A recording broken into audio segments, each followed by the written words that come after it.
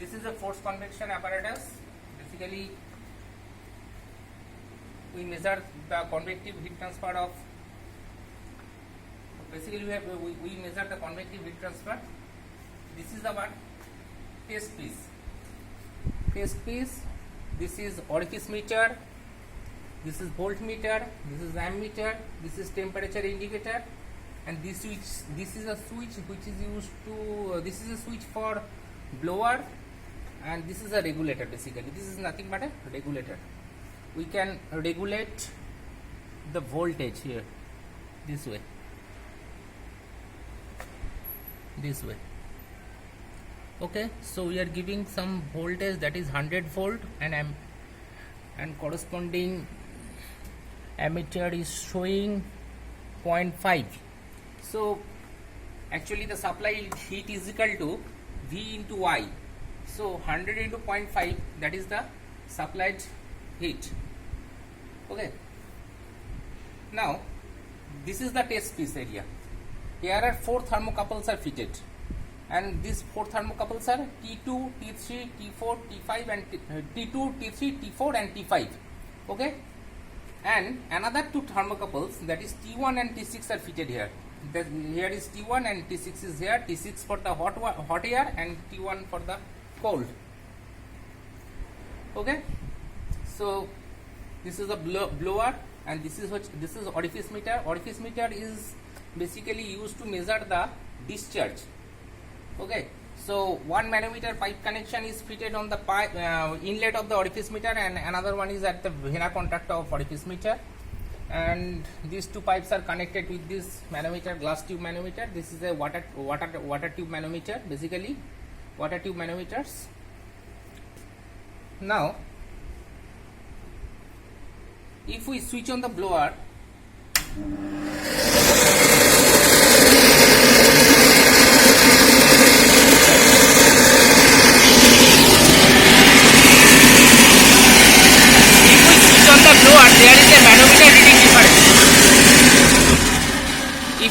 if we switch on the blower, there is a manometer reading difference, and reading difference is manometer reading difference. So this manometer reading difference is required to measure the discharge of air. How can the formula is Q is equal to CD A1 A2 root 2 GH divided by root over A1 square minus A2 square. CD of the orifice meter is 0.62, and A1 and A2, basically A1 is the inlet diameter of pipe and A2 as the diameter of orifice. H means H that we will get from the manometer reading difference. There is a conversion formula, obviously. H is equal to del H into rho m by rho f minus 1. So by this equation we will get the discharge of air. So discharge of air means basically the volume of air. Both are same word, basically volume of air and the discharge of air is same. So the volume is required to calculate the mass calculation, basically. Now we can if we multiply the volume by density of the air, we will get the mass of air, and mCp/dt, that is also the convected heat. Okay, so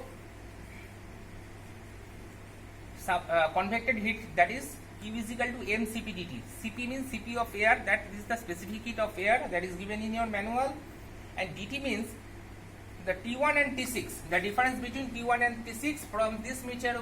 Here is a T1, T2, T3, T4, T5 and T6. This is T6. Okay, so if you okay, you will get the reading T1 and T6. So difference of T1 and T6 into m into Cp, that is equal to convected heat, that is equal to Q. And next thing,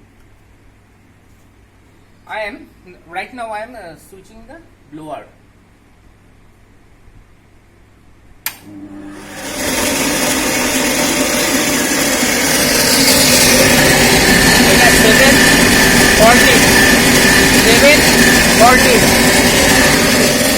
T1 is equal to 46, T2 is equal to 84, T3 89, T4 some error in T4, okay, T5 89, 90 and T6 is equal to 50. And that is 14 and 7. Okay. So we have got the manometer reading difference, that is 7 and 14, and T1, T2, T3, T4, T5, T6 correspondingly. So T2, T3, T4 and T5, that is the average temperature of surface, and T1 and T6 will be the average temperature of air. So Q is equal to H A del T. H, you have to find out the value of H. A means pi dl, all the data are given in your manual. A is equal to pi dl. H you have to find out. Q is equal to mCp dt, what I have described earlier, and dt. dt means, in this case, dt will be the surface temperature average minus air temperature average.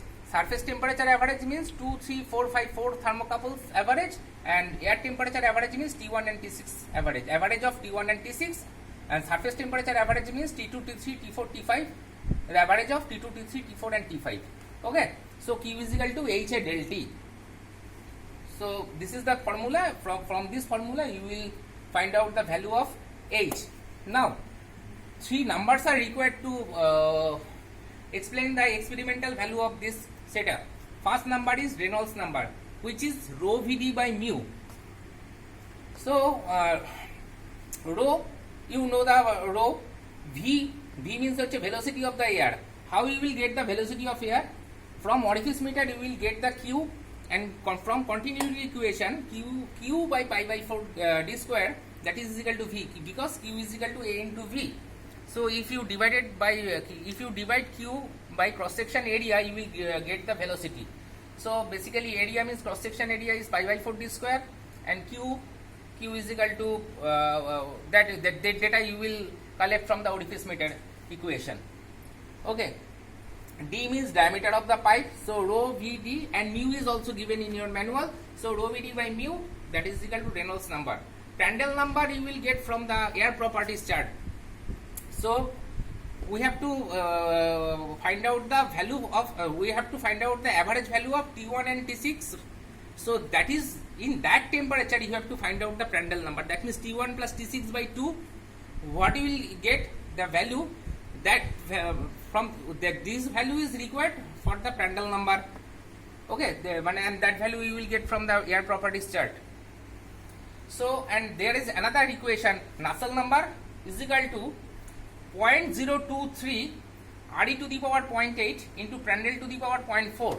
From this equation you will get the Nusselt number. When you will get the Nusselt number, and Nusselt number is equal to H d by K, from that equation you will get the value of H. So this is the experimental value, and the theoretical value, and experimental value is equal to Q is equal to H A del T, which I have explained earlier. Thank you.